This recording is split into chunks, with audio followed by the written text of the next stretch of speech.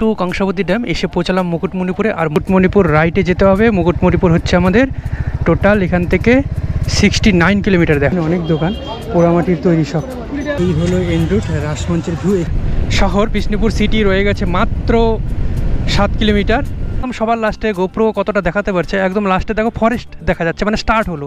দেখো সুন্দর একটা ব্রিজ, আর আমরা চলে যাই রেল লাইন। পুরো লাল, সোহ লাল মাটির দেশে তোমাদের সবাইকে ওয়েলকাম করছি চাতালের জন্য। এখন একদম লাস্ট অব্দি চাতাল দেখা যাচ্ছে, মানে অ্যারোড্রোম।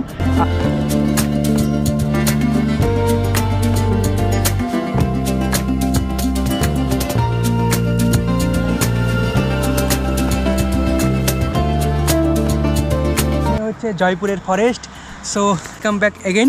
আর এই এপিসোডে আমরা কিন্তু জয়পুরকে এক্সপ্লোর করব। জয়পুরে কিন্তু জয়পুর ফরেস্ট আছে, আরেকটা হচ্ছে চাতাল আছে, মানে এরোড্রোম, যেটা মানে হচ্ছে ফ্লাই করতো। সো ওইটা দেখার পর আমরা চলে যাব বিষ্ণুপুরে। সো চলো এপিসোডটা শুরু করি। Back to again. দু সাইডে কিন্তু জয়পুর ফরেস্টের মাঝখানে দু সাইডে যে ফরেস্ট দেখা যাচ্ছে, এই হচ্ছে জয়পুর ফরেস্ট। আর মাঝখানে কিন্তু সুন্দর টার্মেক রাস্তা ধরেই চলে যাচ্ছি।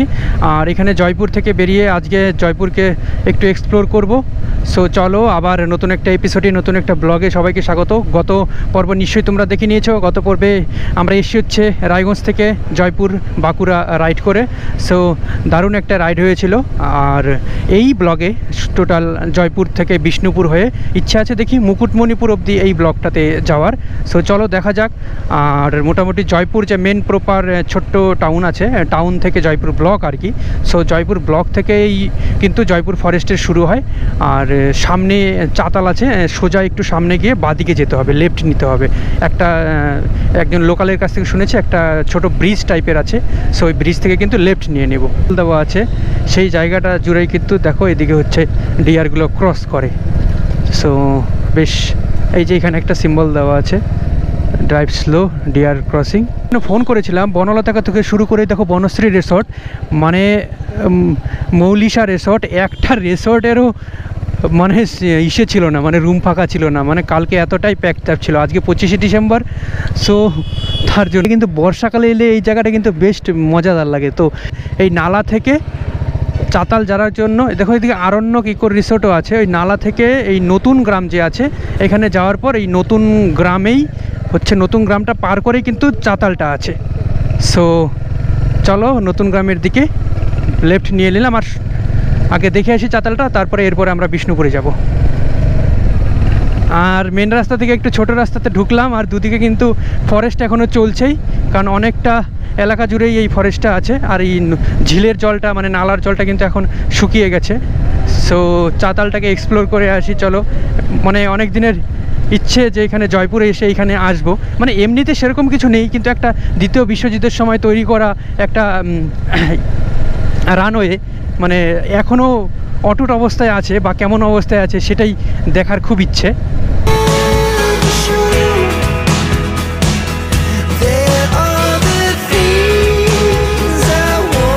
কিলোমিটার চলে এলাম। এখানে এসে যাবার একটা রেল লাইন পাবো সেটা কিন্তু ভাবতে পারিনি। সো তাও আবার ইলেকট্রিক রেল লাইন। এখানে দেখো সুন্দর একটা ব্রিজ, আর আমরা চলে যাই রেল লাইন ধরে চাতালের দিকটাতে। তার জন্য এই রারবঙ্গে আসা। দেখো মাটিটা দেখেছো, পুরো লাল। সোহ লাল মাটির দেশে তোমাদের সবাইকে ওয়েলকাম করছি। সেই রায়গঞ্জ থেকে, শুধু রায়গঞ্জ থেকে হান্টার, রয়্যাল এনফিল্ড হান্টার 350 নিয়ে রাইড করে আসলাম হচ্ছে জয়পুর ফরেস্টে। এখন জয়পুর ফরেস্টকে এক্সপ্লোর করছি, দেখছি খুব সুন্দর লাগছে। মানে আমাদের নর্থ বেঙ্গল পাহাড়গুলো তো খুব মানে ডিপ, আরও অনেকটা ডিপ, আর উঁচু উঁচু গাছ থাকে। এখানে কিন্তু হালকা, মানে ছোট ছোট হালকা গাছ, কিন্তু ডিফারেন্ট টাইপ অফ অনেক প্রকারের গাছ আছে। সো মানে so very much enjoyable. So দারুণ। আর চলো আরও যাওয়া যাক চাতালের দিকে নিয়েছে। সো এই ক্যানেল ধরে যাচ্ছি। বাদিকে দেখো ক্যানেল আছে। ক্যানেলে কিন্তু একদমই জল শুকিয়ে গেছে। সো ক্যানেল ধরে কিন্তু সামনের দিকে এগিয়ে যাব, অনেকটাই ভেতরে কিন্তু। আর এরকম রাস্তার 3 কিলোমিটার মানে তো অনেকটাই ভেতরে। বাদিকে হচ্ছে ক্যানেল, এই ক্যানেল থেকে রাইট। এদিকে আবার ভেতরে রিসোর্টও আছে। সো গুরুর চা দোকান। আর এই চলো চাতালের রাস্তায় ঢুকে গেলাম। সো এখান থেকে কাছেই, আর বেশি দূরে নেই। ট্যুরিস্টের একটা গাড়ি দেখতে পেলাম, তার মানে এদিক থেকেই আসছে ওরা। চাতাল যাওয়ার রাস্তা মানে একদম মানে ফরেস্টের মাঝখান দিয়ে এরকম লালমাটির রাস্তা, আর এই সামনে দাদাগুলো যাচ্ছে, ওরা চাতালেই যাচ্ছে, সো আমরা ওদেরকেই অনুসরণ করে যাচ্ছি। দেখো আজকে কিন্তু 25শে ডিসেম্বর, মেন চাতালে চলে এলাম। আর সো তোমাদেরকে সবাইকে ওয়েলকাম করছি ট্রাভেল উইথ পিটির পক্ষ থেকে বাঁকুড়ার জয়পুর ফরেস্টে এই এরোড্রোমে। আর লোকালরা এই এরোড্রোমকে কিন্তু চাতাল বলে। সো এখানে একটু গাড়ি ভাগাই আর খুব এনজয় করি, খুব সুন্দর জায়গা, খুব ভালো লাগছে। কিন্তু এটা হিস্ট্রিক্যাল প্লেসে এসে এরকম হচ্ছে রায়গঞ্জ থেকে নিজের বাইকে চালিয়ে জাস্ট দারুণ এনজয় করছি, মানে খুব। দেখো আমি একটু গাড়িটা ভাগাচ্ছি। সো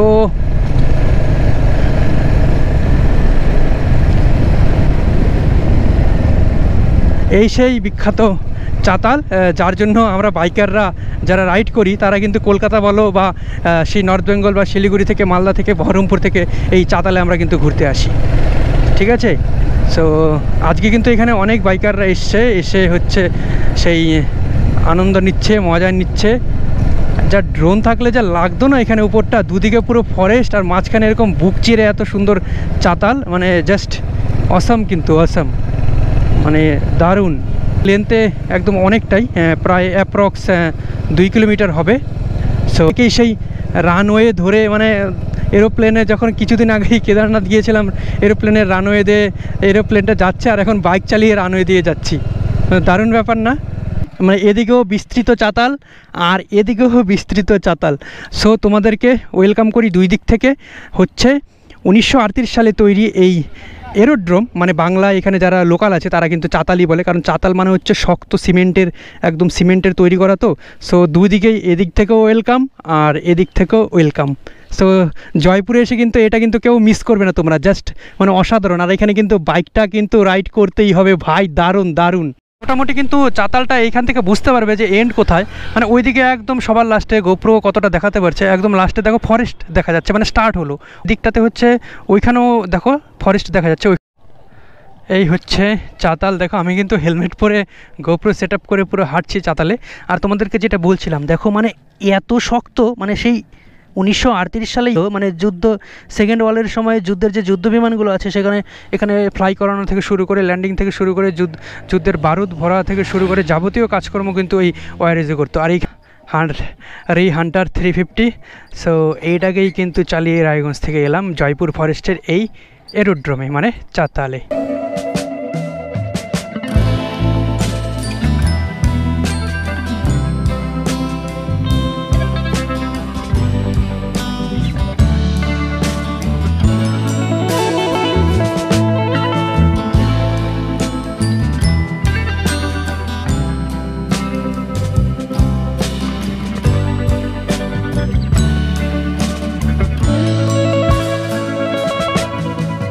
চলো চাতালকে এক্সপ্লোর করে এখন বেরিয়ে যাই বিষ্ণুপুরের ওই দিকটাতে।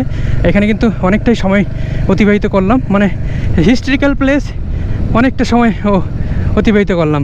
সো দেখো কোথাও কোথাও কিন্তু রাস্তা শুরু হয়ে গেছে, পরিষ্কার আর কেউ করেনি। এইভাবেই থাক, এটা এইভাবেই থাকবে। এটা যত পুরনো হবে তত মেমোরি হবে, তত স্মৃতি হবে। সো চলো জার্নি আবার কন্টিনিউ করি। খুব ভালো লাগলো চাতালে এসে, একটা ইতিহাসের স্বাদ নিয়ে নিলাম। সো এখান থেকে বিষ্ণুপুর শহর, বিষ্ণুপুর সিটি রয়ে গেছে মাত্র 7 কিলোমিটার। আর মোটামুটি জয়পুর থেকে, যে জয়পুরে কিন্তু জয়পুর ফরেস্টের শুরু, আর কিন্তু এখনও কন্টিনিউ কিন্তু চলছে। মোটামুটি 8 কিলোমিটার চলে এলাম, কন্টিনিউ কিন্তু চলছে। এই ফরেস্ট, এই রাস্তা, আর এই হচ্ছে আমার বাইক। চলো চলো চলো, এগোনো যাক এগোনো যাক এগোনো যাক।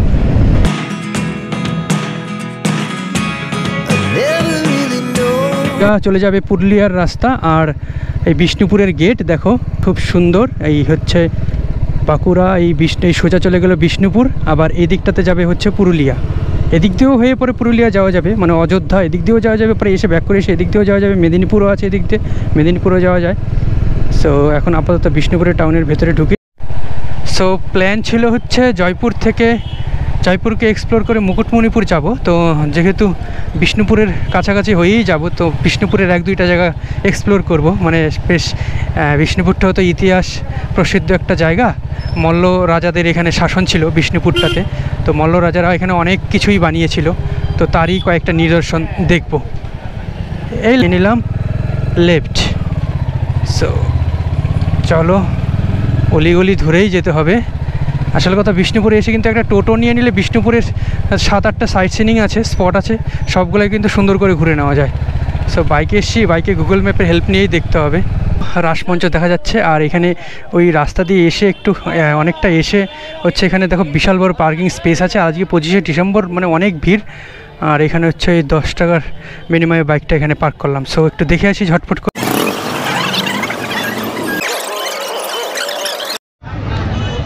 সো এই রাসমঞ্চে মানে রাস টেম্পল এর এন্ট্রি টিকিট হচ্ছে ₹20, আর এক্সট্রা আবার এসি ₹5। সো টোটাল হচ্ছে 25।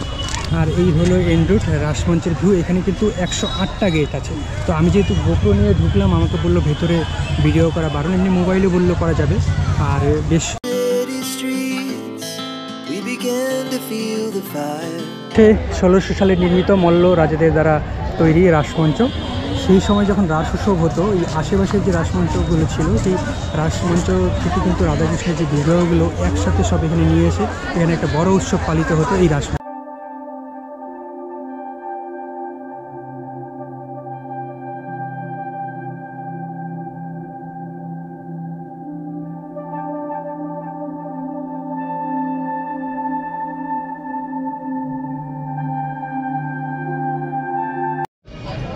বড় বড় ঘোড়াগুলো, ছোটো ছোটো ঘোড়াগুলো, এখানে অনেক দোকান, পোড়ামাটির তৈরি সব। সো রাসমঞ্চ দেখলাম বিষ্ণুপুরে।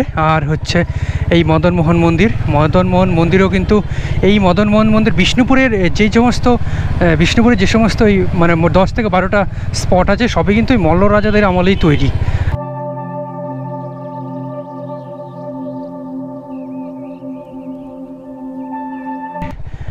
রাসমঞ্চ দেখে আর মদনমোহন মন্দির দেখে এখন হচ্ছে বিষ্ণুপুর থেকে যাব হচ্ছে মুকুটমণিপুরের দিকে। বিষ্ণুপুর থেকে মুকুটমণিপুর কিন্তু প্রায় 70 কিলোমিটার ডিস্টেন্স। সো এই হচ্ছে ভগৎ সিং মোড় থেকে নিয়ে নিব আমরা সোজা। সো এই হলো ভগৎ সিং মোড় থেকে একদম সোজা চলে গেল পুরো একদম এরকম সুন্দর রাস্তা, শুধু ভাগাবো একদম। চলো মুকুটমণিপুরে ড্যাম দেখবো, কংসাবতী, বাঁকুড়ার রানী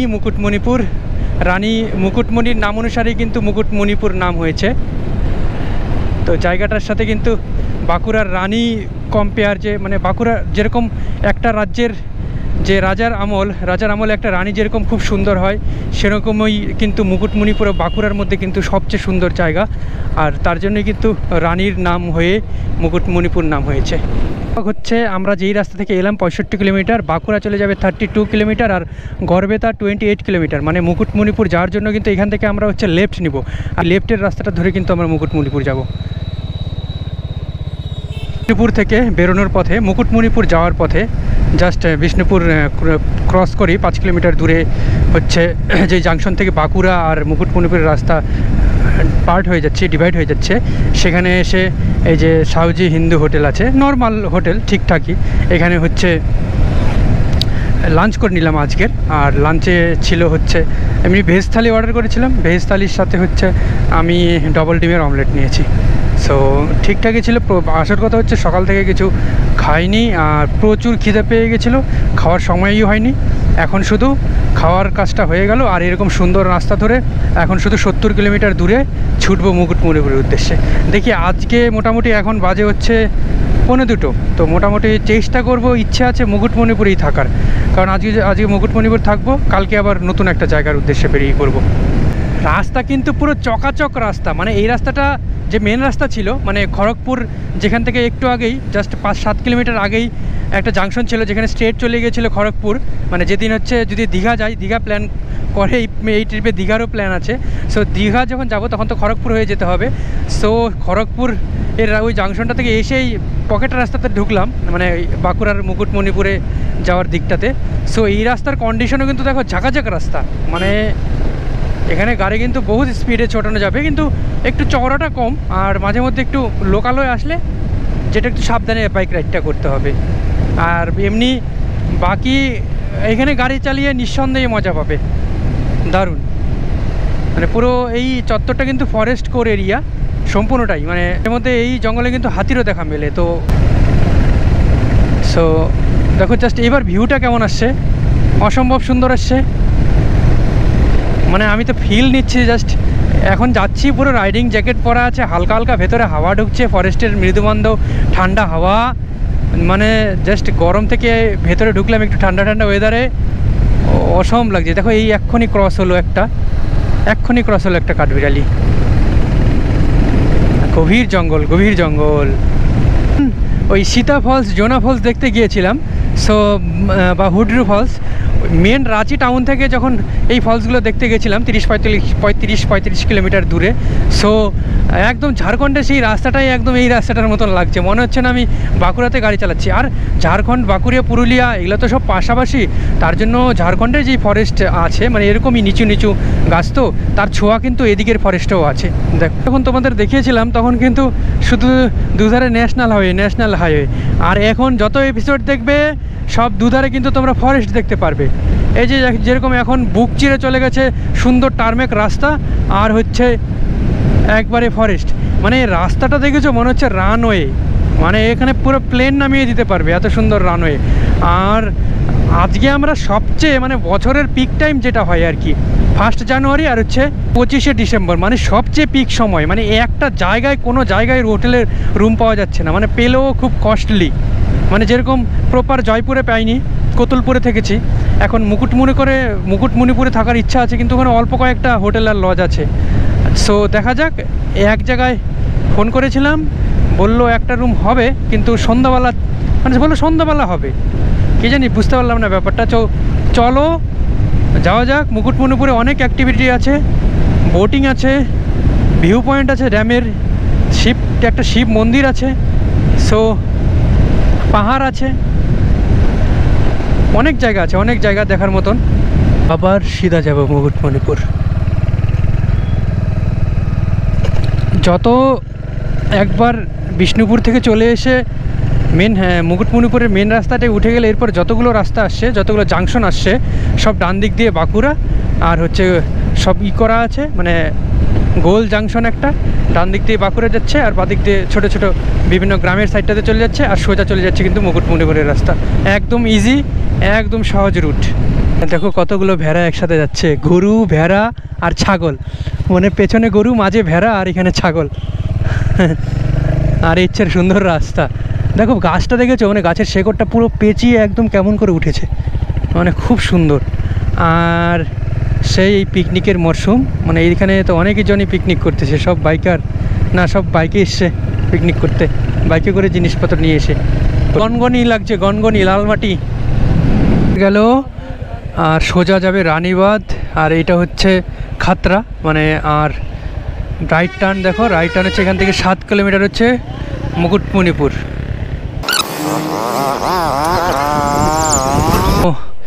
ওয়েলকাম টু কংসাবতী ড্যাম। এসে পৌঁছালাম মুকুটমণিপুরে। আর মুকুটমণিপুর আজকে 25শে ডিসেম্বর, আর মুকুটমণিপুরে না হলেও 50,000 লোক পিকনিক করতে এসছে এখানে। আর বিখ্যাত এটা পিকনিক স্পটের জন্য, মানে কংসাবতী নদীর তীরে ড্যামের পাশে, ওখানে সবাই পিকনিক করে, মানে সব একদমই বিখ্যাত জায়গা। আর আজকের দিনেই এসছে এখানে, এত লোকের সমাগম, তার মধ্যে চারদিকে লোক একদম। সো আমাদের হোটেলটা একটু সামনে আছে, আর আজকে লোকজন দেখে নাও, মানে আমার দাদারা যখন পড়াশোনা করতো, ওরা হচ্ছে হোস্টেল থেকে এখানে মুকুটমণিপুরে হচ্ছে পিকনিক করতে এসেছিলো, আমাকে বলছিল যে মুকুটমণিপুর জায়গাটা খুব ভালো। তো সেই থেকেই কিন্তু আমি মুকুটমণিপুরের নাম শুনেছি, আর এর আগে কিন্তু আমি মুকুটমণিপুরের নাম শুনিনি, দাদার মুখেই ফার্স্ট শুনেছি। ওইদিকে নিচে নদীর চরে কিন্তু পিকনিক হচ্ছে। আবার ভাগ্যের ব্যাপার, মানে সত্যি বলছি, সিরিয়াস বলছি, ভাগ্যের ব্যাপার। মানে কি পরিমাণ মানুষ, কি পরিমাণ ট্যুরিস্ট। দিকটাতে দিয়েও যাওয়া যাবে। আর পেছনে রয়ে গেল মুকুটমণিপুরের মেন যে ড্যামটা আছে কংসাবতী নদীর তীরে, নদীর উপর। আর এখানে হোটেল আম্রপলি, AC non AC room, restaurant, hotel আম্রপলি। তো চলো এখানে আগে রুম পাওয়া ভাগ্যের ব্যাপার। সো দেখা যাক, ফোন করেছি তো বলছে একটা ম্যানেজ করে দিবে সন্ধ্যা 6টার মধ্যে। এখন বাজে হচ্ছে 4টে। সো জয়পুর ফরেস্ট থেকে বেরিয়ে আজকে আমরা জয়পুর থেকে মুকুটমণিপুর রাইড করলাম। আর এই এপিসোডটি এখানেই শেষ করলাম। পরের এপিসোডে আসছে মুকুটমণিপুরকে নিয়ে একটি সুন্দর এপিসোড, যেখানে আমরা মুকুটমণিপুরকে এক্সপ্লোর করব, মুকুটমণিপুরের সব জায়গা ঘুরে দেখব। এই এপিসোডটি দেখার জন্য ধন্যবাদ। খুব তাড়াতাড়ি দেখা হচ্ছে পরের এপিসোডে। ততদিন সবাই ভালো থাকো, সুস্থ থাকো, টেক কেয়ার।